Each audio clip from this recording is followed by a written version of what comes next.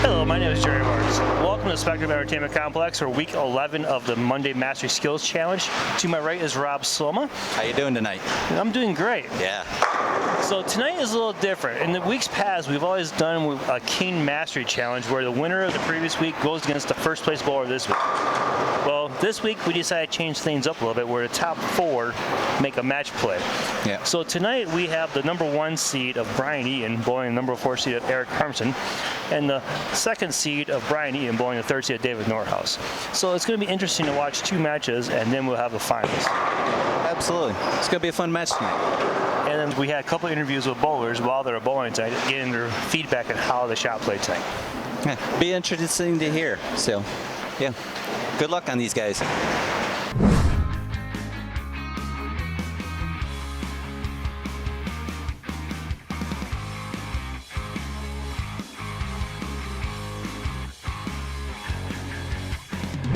I think it's awesome. I've personally been watching the plastic ball championships on YouTube. They got them on there, and it just kind of takes the bowling ball technology out of play, and it really dumbs it down to who's the best bowler, who's the best shot maker, or who can create the most area for themselves and create some spots to miss and carry when they miss a shot they don't think they can carry. Just yeah, it really makes it a lot more skill shot, like it's the league, it's like the name. You just got to earn your strikes. You mean everybody bowling? Yeah. I think they're getting better. Like I said, it's not easy. I just can't get comfortable right now. But yeah, other guys are making it look easy and others struggle. But it's a week-to-week thing, So. Oh, I think it's amazing. I think it's similar to what I bowled in the early 80s, really. So it's kind of fun, and you just got to hit your target and hope you get some strikes.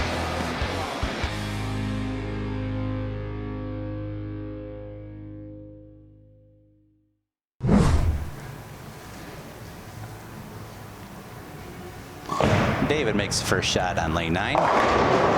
Goes a little heavy, leaves the 6-10. Bryan up on lane 7, goes a little wide for the washout. So Bryan was a high qualifier today again with a 927. Mike Eaton Jr. was second with 908. David Northouse was third with 890, and Eric Harmsen with 853. Unfortunately for Eric, his spare shooting was really crappy today. So hopefully he picks it up now in the next 2 matches, because he said, quote unquote, he lost over 100 pins today. And I believe him, because he started the front 8 last game and only shot 245. Good so spare. You guys can do the math. Yeah, good spare over there on lane 7 by Bryan. So again, Eric started the front 8 and shot 245. Bowling nerds know how to do the math, and you can tell exactly what happened in the last 2 frames. Yeah. I know that feeling today. But now he's in match play, so all those games are thrown out the window. Mike with a great shot on lane 10.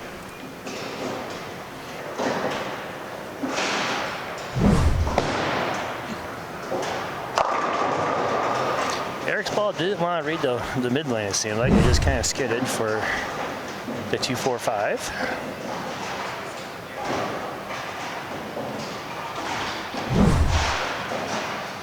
I think 3 of the bowlers here are using the PBA Skills 3.02 ball, and Eric is actually using a Storm Mix.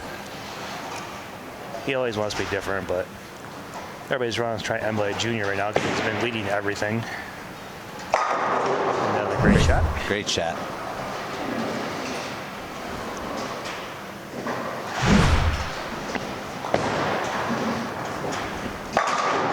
See, Eric knows how to pick up a spare. That's how you pick up spares. I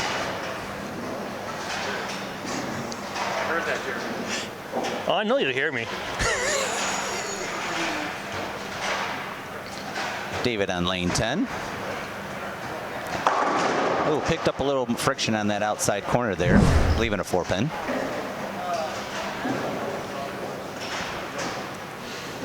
And David had the bad luck award yesterday. I don't know. Yeah. Where me and Rob got F the last time, well, Brian and me got F the last time. David shoots 289 and he lost. So now that's twice now where he's had either a 300 or a 299 shot against him in match play. David with a spare on lane 10. So he is down 11 after 2 because Mike has a double. I'm not sure how Parker's going to do the dual scores this time, but we'll see if he works his magic. Yeah, it might be a little And there innovative. is a bad spare shot.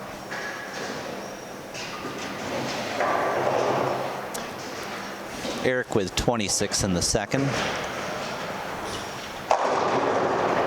David comes back at a good strike on lane 9.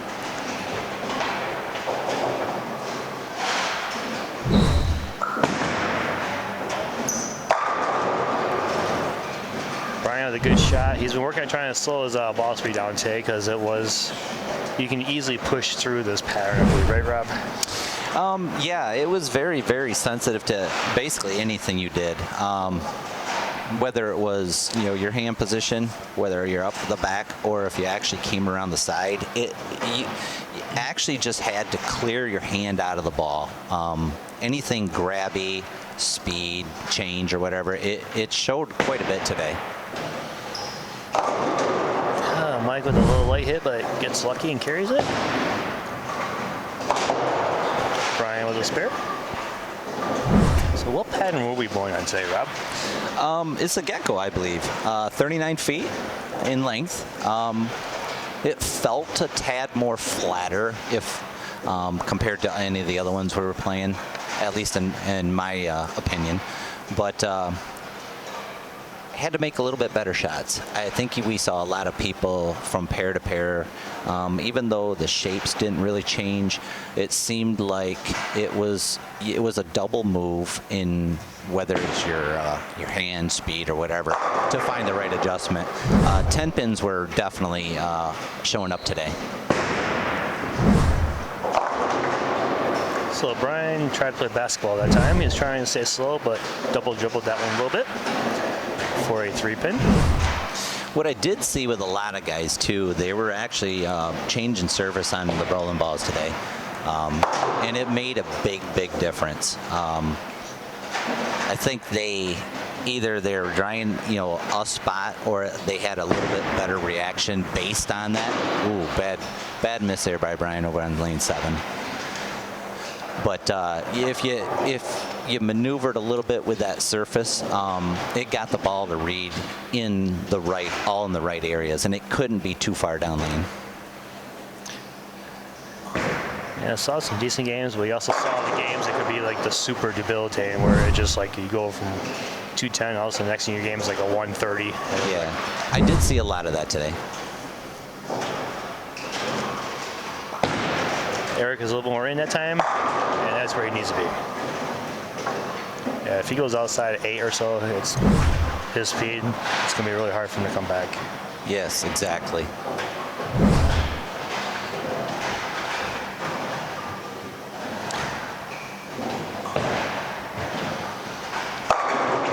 Good shot there on lane 9 by David. His high game was actually 255 today in his 4th game.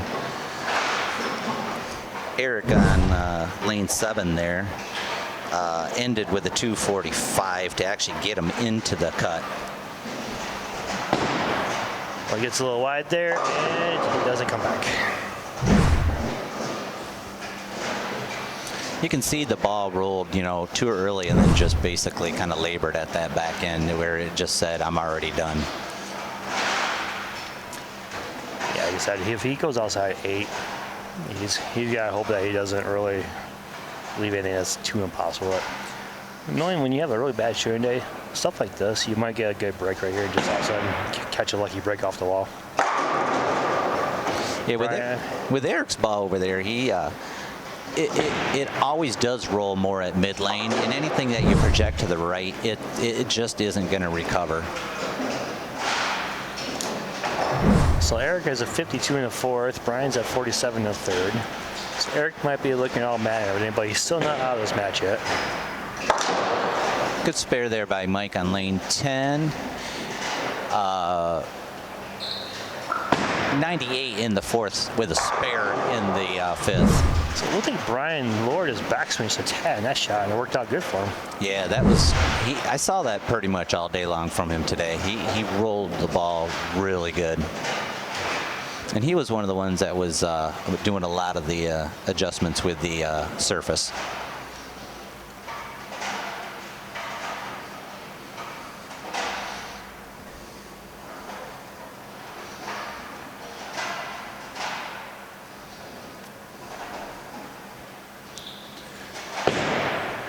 Mike Eaton Jr., lane 9.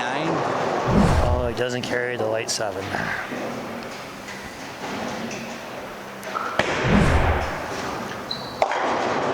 Brian's ball read really early that time. And he's not rewarded. So here's the thing about match play. You could have one good match and you have one sort of bad match, where you can see definitely one pair has a higher score, the other pair has lower scores, but it doesn't really matter because it's like you just got to beat your opponent. Absolutely. It's one shot at a time. All right, David steps up on lane 10, working on a turkey. We'll see if our sideline reporter Bryan Eaton goes crazy on this shot right here. Oh, he sends it a little wide. Oh, can't do the. Washes out a little. And he messed up the ham bone. Sideline reporter waiting. So lane 8 seems to read a little earlier for Eric. That was a better shot there. He actually looked like he squared up there, and it at least got him back to the pocket. Oh! What the fuck did I just see? Good thing for sideboards. Wow. Could you throw it harder? Okay. I think that's the first time I've ever seen that spare picked up like that. Didn't he just like take the headpin off and it took out everything? The headpin hit the backboard and it just went back and took out everything. Wow. I'm going to watch a replay on that one for sure next week. All right. Eric Spare is there. He's sitting 52 in the fourth, Spare up in the fifth. David slows down his speed a little bit. The ball recovers back from the outside. Good strike. He hit that one a little harder. He was kind of pissed off at himself for that last shot, I can tell.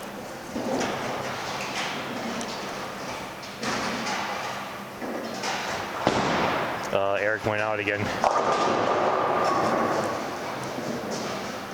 Yeah, lane 7 is definitely playing a little bit tighter for him compared to 8.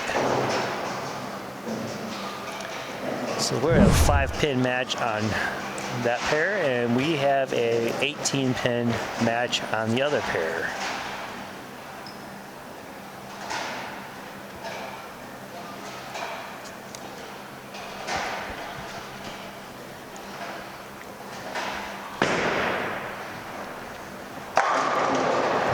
Great shot by Mike there.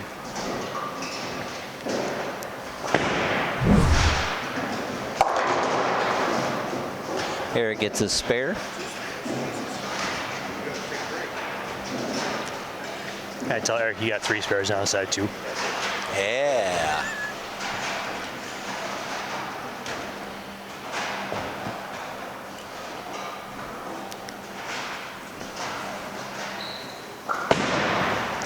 Brian with, lane 8 is definitely playing a little looser because Eric has a little more area and Brian's gone high the last 2 times thinking, because that ball just takes off out early. Yeah, he's not freewheeling as much as what he was earlier in the day, where he could just pretty much just let it go.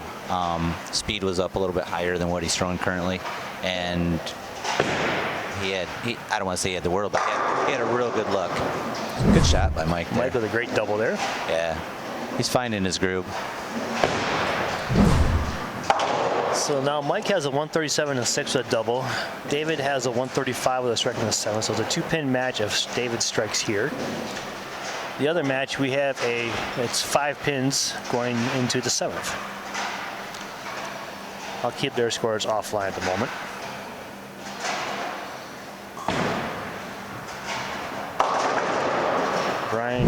aim that one just a little. I mean, Dave tried to aim that one a little bit too much. Yeah, you got a handful also.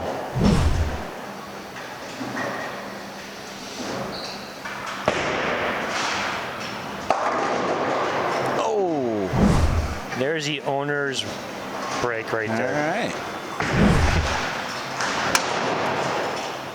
Hopefully David didn't break his ball there. I don't think the ball's going to break. We have seen some really weird carry action today so far. Yeah, well, I definitely agree with that.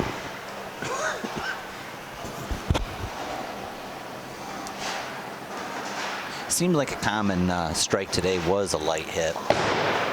That ball should be good. Very good shot. Now remember, he cannot do that same line on 7. He's got to be probably another board or 2 in. Yeah, definitely. He just tightened up his angles there, and now the ball reacts, like it should. It gets it rolling, and then the ball's heading to the ball. We're about to have Mount Northouse coming up pretty soon. His face is getting red. He's ready to explode. He left a lot of those today actually too. So.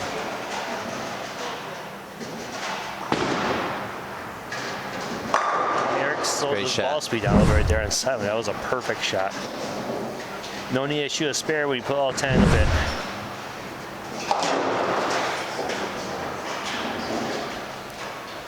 I kind of wish Dave was mic'd up right now so we hear what he's saying. I'm pretty sure Parker would have to edit the hell out of that thing. Someday.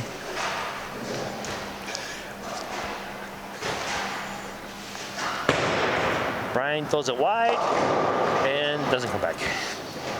You can see he projected that a little bit to the left for him, and it just isn't going to recover. You got to get it up boards to make that charge to the right. I got to talk opposite. You should be talking about that.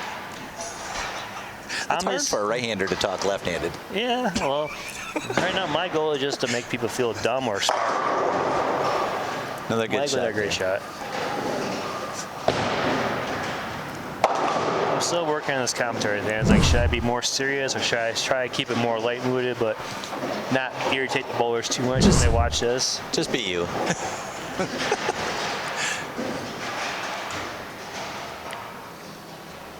Bryan's sitting in the 8th frame with 121.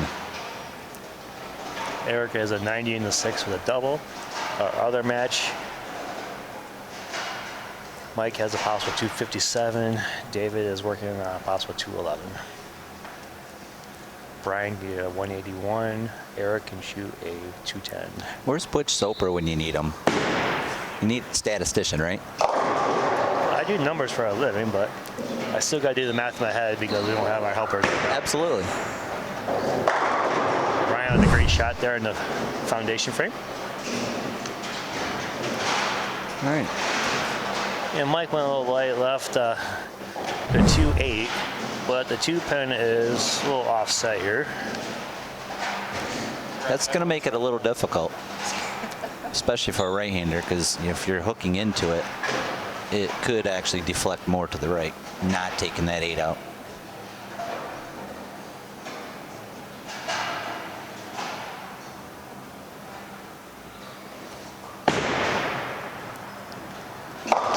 And Mike textbooked it. Yeah, that was spot on. So Mike with a possible 235. David has a possible 211. So we will see Mike in the finals of another Monday Mastery Skill Challenge. Hey. Even when we change the format, he still finds a way to say F you, and we're still going to show you. And Eric goes a little light or on a speed. And leaves the 4.67. Can't discredit Mike there. I mean, he's bowling well. I mean, but he's figured out in practicing, repeating. That shot right there should be a textbook on how kids stay behind the ball and stay behind the line, because he actually got everything, was tuned up, lined up perfectly, stayed behind and got through the ball super clean. Eric gets 2 out of that. Sitting 145 in the 9th. So Bryan has a possible 181. If, let's say, Dave struck there, that'd be like 2 awesome breaks for him. So if Eric strikes out, he shoots 175. Bryan has a possible 181. So if Eric throws the first 2, he forces Bryan to throw the first one for sure.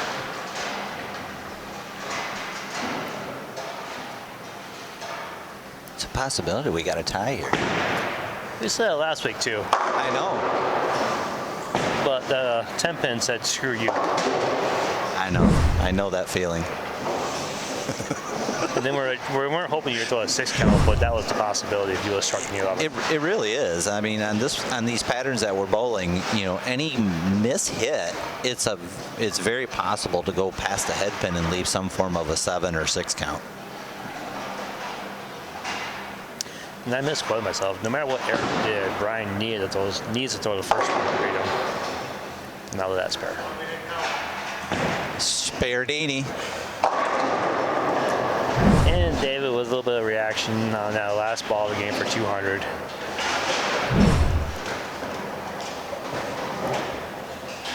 Good match. So as long as Eric doesn't throw a 6 count here or less, he forces Bryan to throw the first one in the 10th. But we have seen stranger things. And good he gets a shot. strike. Finishes the 165. So, moral of the story? It's the first one. Must strike.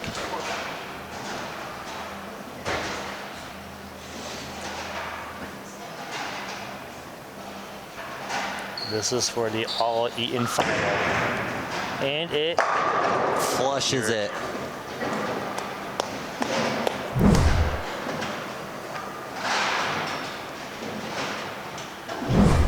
Well, as long as he doesn't do what Derek Nineheist said earlier, when he double gutted in the 9th, he still shot 206. Snowman. I don't think I've ever seen that.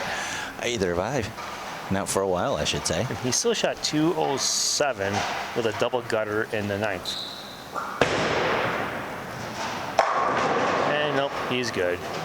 So Bryan now with the spare will shoot a 170. You can see that one hung up on his hand just a tad, and the net result is 7 pin or your corner pins. It was, like I said, you got to clear out of the ball cleanly to carry here today. So we can see how the pairs play a little differently. I mean, the one pair was a little higher scoring compared to the other pair. So 170 and 165, and the other was 200, 235. So now we're moving to 5 and 6 for the finals between brotherly love, Bryan Eaton and Mike Eaton Jr. All right, welcome to Week 11 finals now. After the semifinal match, again we have a familiar face in the finals. Doesn't matter the format, doesn't matter the pattern, doesn't matter what. Mike Eaton Jr. is on fire. Mike Eaton Jr. And Bryan Eaton went way right on that shot. It's kind of funny because they can hear us talk, and they'll give us like this little stink eye, but they're not looking at us because they know if they look at us, they know that they can hear us. Barely.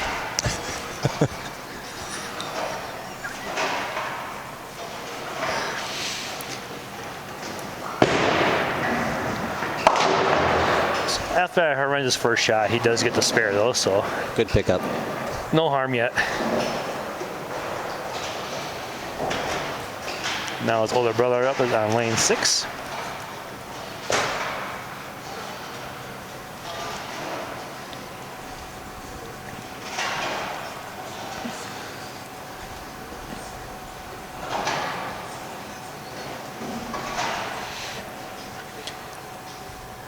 And as an added feature, we might get some sideline reporting, not by Charlie Brown this time, but by Bryan Eaton. That's a good shot. He says it's a good shot, so I believe him. And I do agree with sideline reporter Bryan Eaton. That was a good shot.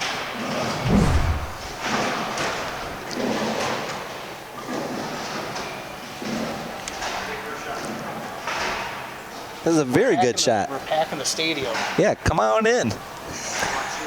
We do have some crowd here today, so it's kind of nice. We can use some extra sideline reporter action. They're not as good looking as Pressler, but Hey, a little criticism goes a long ways.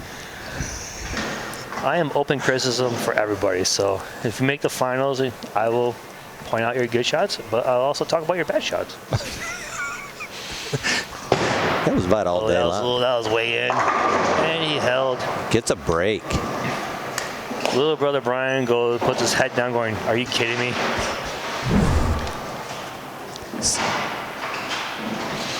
I got to keep up on this scoring here, you know. I was way behind last week, but didn't realize that Parker forgot to put it on record, so it didn't matter. So he did it himself. Yeah. So it saved me because I was like 3 frames behind at one point and didn't realize it. Hopefully it was for him, not me.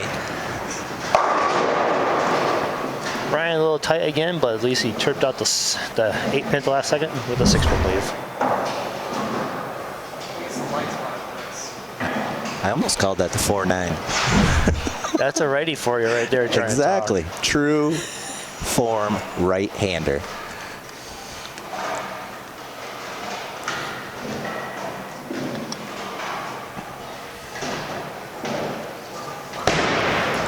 Bryan, the good spare. Very good shot right there. See how Bryan picked up his spare. He flattened out his hand and just throw straight at it. Good for you youngsters growing up. You want to pick up your spares, try not to hook into anything. When it gets tough out there, throw as straight as possible. As I mentioned last week when Rob Sloma was doing his spares, on his first shot, he was more on the side of the ball, but if you look at his second shot, you always see this. His wrist was pretty much straight behind the ball, and he kept it nice and flat. Yeah, you take the lane out of play. You just can't afford for it to find a hook spot or even a slide spot. So you're throwing it all the got same. where he needed to, and that was a great shot. Very good shot. Sometimes I wish the music was a little louder so the bowlers can't hear us talk, because we're not too far behind where they're actually bowling. Do you dare sing? No.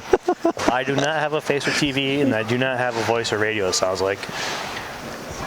If people think I sound like Chris Barnes. But you got Chris Barnes going. So sideline Bryan, what did you do differently in that last shot? Oh, just slow the feet down. Try to get that ball rolling more. It looked like you got a little more out to it, didn't you? You're gonna, with this pattern, the more you can slow that ball down and just get that forward roll, you're gonna create a lot of room out there. See, and your brother just did that because he stayed behind that ball super good again. Yes. And he's getting the hand around it really good. And his balance is, you can tell he's been working on that thing for the last couple of weeks, because now he is looking really phenomenal at the line. Oh, yeah. As I found this week, like David made match play, but David's kind of thing that he kind of starts trying to force it or trying to make a good shot. He gets a little fast and just a little around it. And on modern bowling balls, you're going to get away with that. Yeah, absolutely. On these stuff, you can throw a great shot, hit the pocket all day, but As in the back row, Charlie Brown knows, because he finished a bridesmaid again this week. Don't want to make fun of him, but I feel bad for him because he's been like a bridesmaid for like the last 3 weeks. But he was consistent as hell today. What do we got there? That is a ham bone. Of course, Bryan's bowling against him, so he's not as enthusiastic this time about it. So you're just supposed to say it's a 4-bagger then? Well, I prefer a lefty to win because I'm left-handed. You probably prefer the right-hander wins because you're right-handed. I just call it one more strike. Well, let's see if Bryan. Oh, just a little in again for the 6-pin. It's a good shot. Same result on that same lane. Ball's picking up just a tad earlier.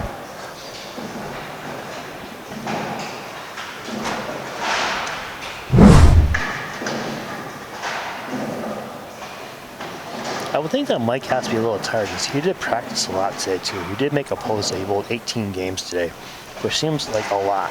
I would be in an ice tub right now based on how much I bowl. All right, we got a crowd. Good spare. Let's see. Unlike the previous match on 7-8, this match is still clean. So spare shooting is good, but Mike hasn't shot a spare yet, so it doesn't matter. Eric is in the background laughing because he was like, that's how you pick up a spare. Bryan's sitting 59 in the third, spare up in the fourth. Good good shot right there. So Bryan has lane 5 down. Now he has to work on lane 6 a little bit.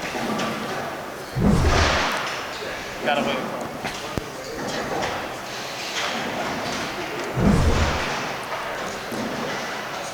So in the future, if you guys like us to be a little more nonchalant, or if you want us to be like more serious, just let us know in the comments too.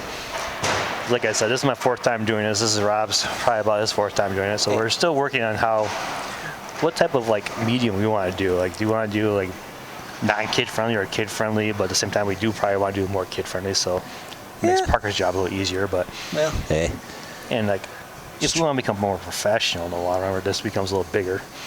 Since this is a Mike Machuga idea, and so we are trying to get him to come out here one of these times. Ooh, got away with that. That was a little bit inside there. Yeah, it'd be kind of cool to see Chugs if he was able to show up. Fortunately, I have to work like normal work, you know, and this is my fun stuff, my hobby, I guess. But who knows, maybe even a day off. I just might have to travel over to Erie. Yeah, because Chuga did say he'll come out here if other bowlers will come ride a Chuga train back to Erie, Pennsylvania on a Tuesday when his bowlers do the same style. But it might cost a little more because I'm pretty sure Parker will want to record it, but his services won't be cheap when he has to drive that far. But this is true. He's doing a great job with this. Oh yeah, Parker does a great job, definitely. So again, Parker to cover bowling and Parker to cover now as well, because he's also going outside of the bowling now with some other new projects that he's working on. Yeah, look him up on YouTube. He's got some pretty good videos. And the best video he's done so far is on his dad, Chasing Perfection. Yeah, that was a great video.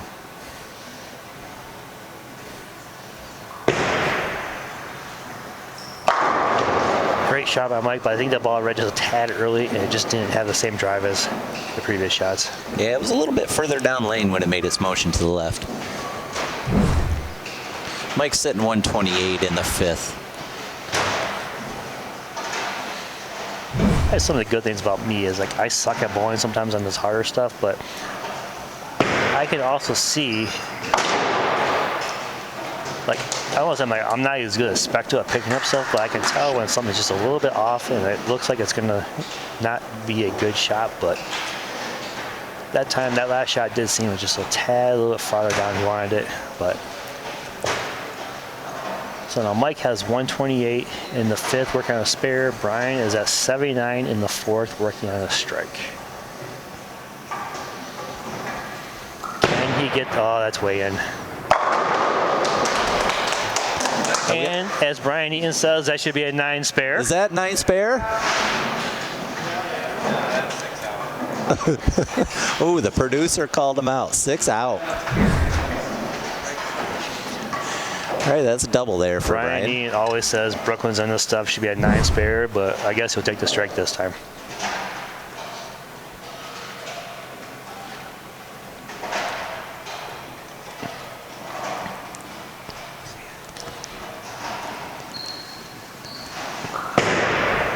That looks like a good shot. See, Real good. Lane 5, Bryan is dialed on lane 5. Lane 6, he just has to work on getting his accuracy a little bit more, Pat, but he got away the last one, so now he's got a 3-bagger. Puts him right back in the match. Mike is up by 10 at the moment, but all depends what happens now.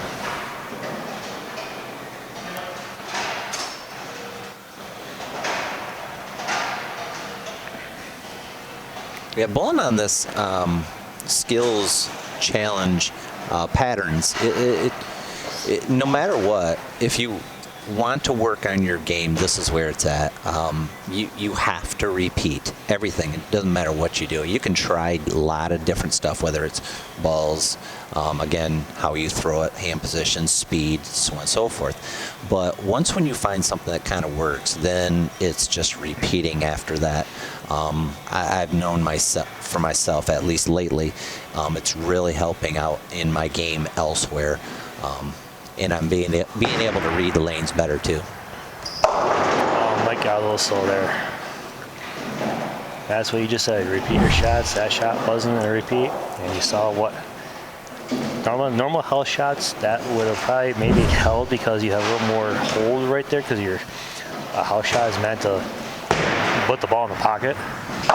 Here, obviously, it wasn't because of the low volume of oil, and with only being 39 feet, it did read pretty early for him. Yeah, absolutely. We just don't have any hold. You can find some friction, you know, like I said, whether it's mid lane, a little bit maybe down lane, but there's just absolutely no hold whatsoever. When you talk about repeating shots, I bowled a tournament this past weekend, and it was on a 39-foot Masters pattern, and I definitely know that I have to work on my game because I could not repeat jack shit. Yeah, it's actually a very, very good tournament and a very hard oil pattern to bowl on.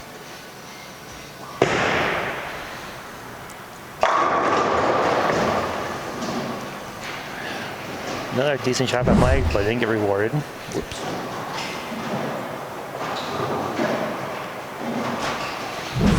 So Mike is at 154 in the 7th.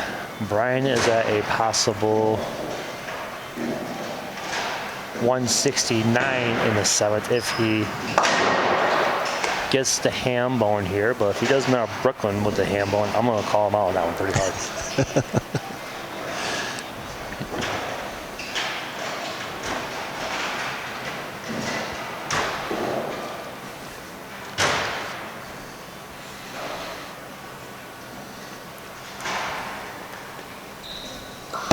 Gets it that way out. Outside. Oh, he doesn't get the ham bone. No. He wanted to yell it. I can just tell. He also was thinking, why the hell did I just throw that one so far out? But I understand that because the last 2 shots in that lane, he's yanked them pretty good. So yes, he wanted to make sure he got a little farther out. But that's where Rob's talking about repeating your shots. I mean, you don't have many boards to play with in this thing at all. Well, you really want to try to minimize your errors, and you know, 9 spare is actually a good spare, considered good. You know, staying clean. You know, obviously with picking up your marks, but when you do miss, you want to leave a 9 count, no more than an 8, just because it is easier to pick up. Especially on these sport patterns and mastery skills challenge patterns, it's like straighter is better on the spares, and that's where my game completely sucks because I am not a good spare shooter straight on. Ooh. Sends it wide again.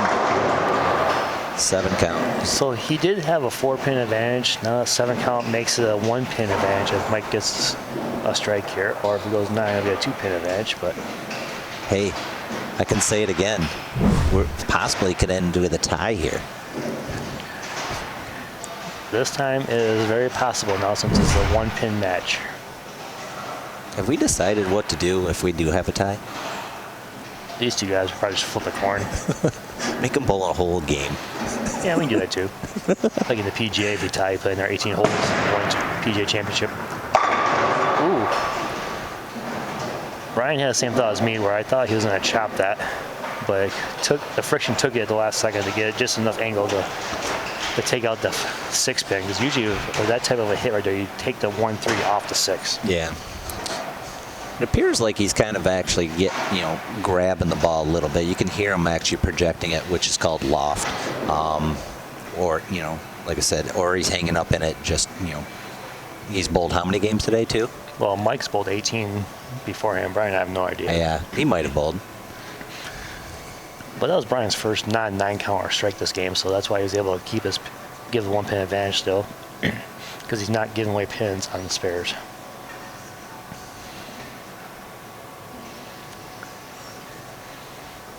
So Mike right here could take a huge advantage if he gets a strike in the 9th. He can still shut out Bryan if he strikes out now.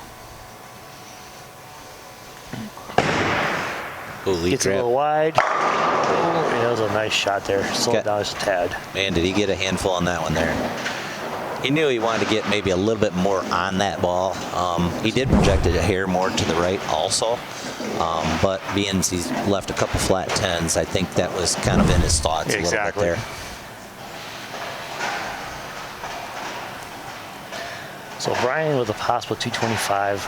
Mike with a possible 234, so the tie is still in. The tie is still available here. Yeah. Mike throws the first one here. It forces Bryan to get at least the first one.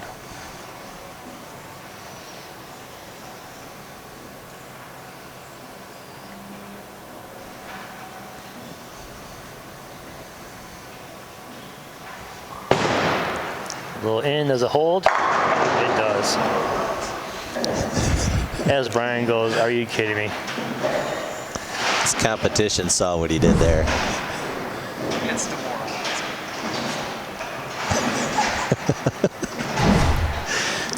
What do you do? Family love, that's what we call it. Absolutely.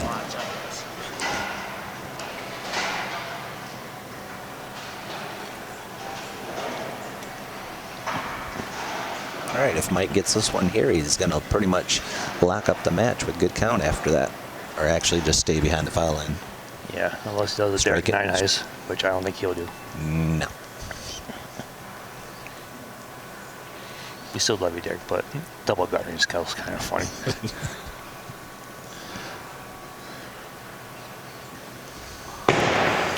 Same spot. Does he carry? No. Good shot. Mike really wanted that one based on his reaction. I pretty much thought that was a good shot there. That was pretty probably clean. better than his first shot, actually. Yeah. I just relived that shot from last week. Yeah, it's the exact same. Everything is exactly the same. Yep. All right, good spare.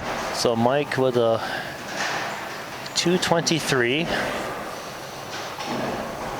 Still forces Bryan to throw the first two and get good pin count. Nothing for Mike to hang his hat on. Of course, this is Bryan's bad pair, bad lane as well, so we'll see if he can make the right adjustment. Oh, he doubled it. It's a good shot. He is trying to loft a little more, it looks like, just to get. Yeah, that one there, he stayed down on that shot also. If you watch it, at release. Sometimes also too, that'll give you a little more pop down lane, stand under the ball, because with that downward slide, it forces you to hit up at.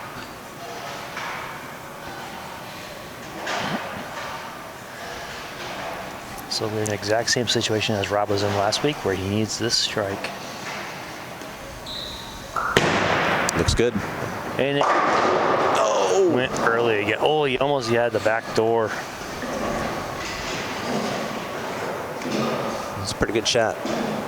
And the frustration on Bryan's face, knowing that his brother had just won another Monday Mastery Skills Challenge.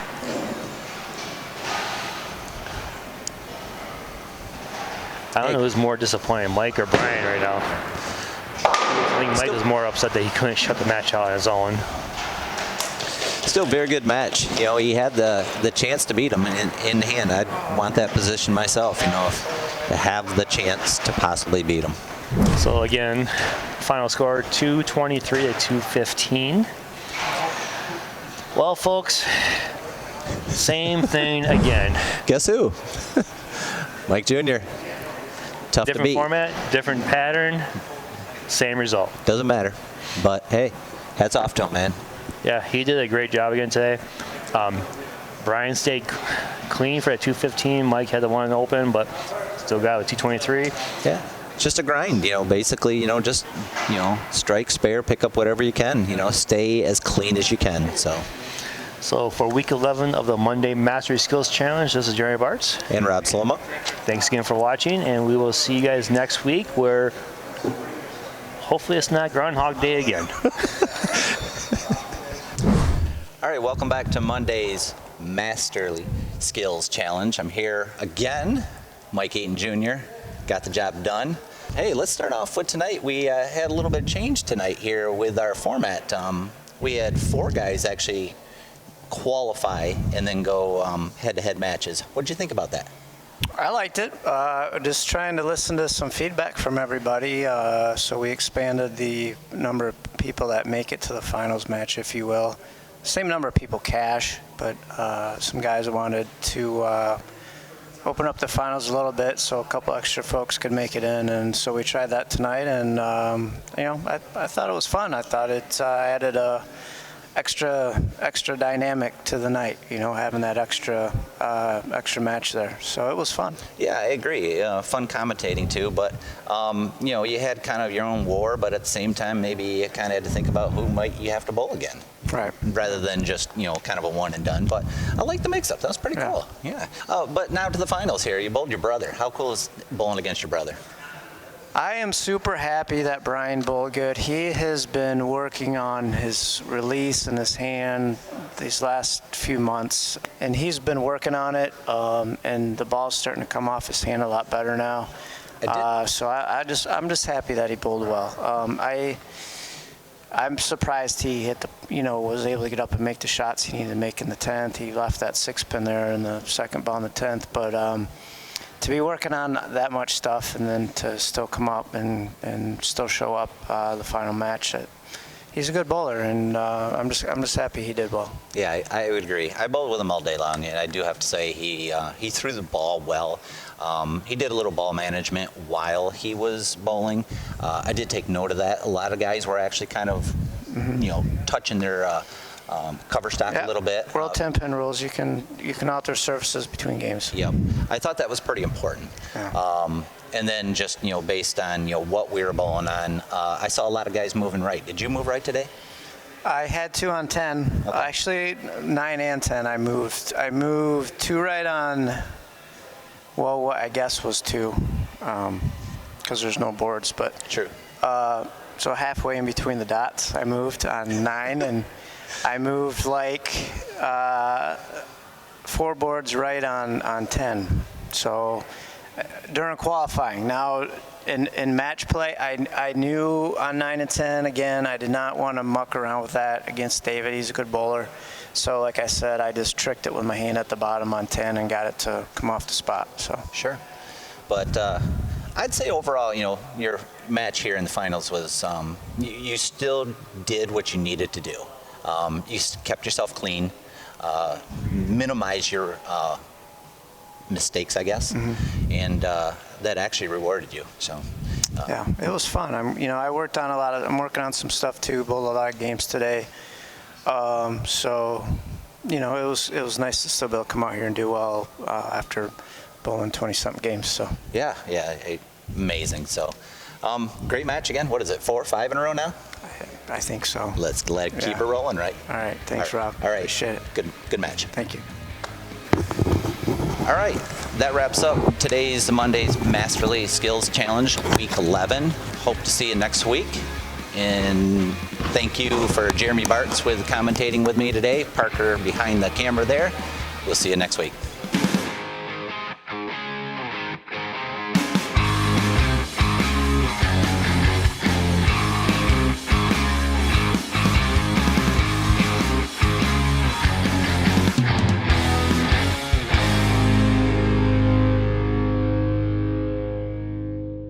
You, Parker.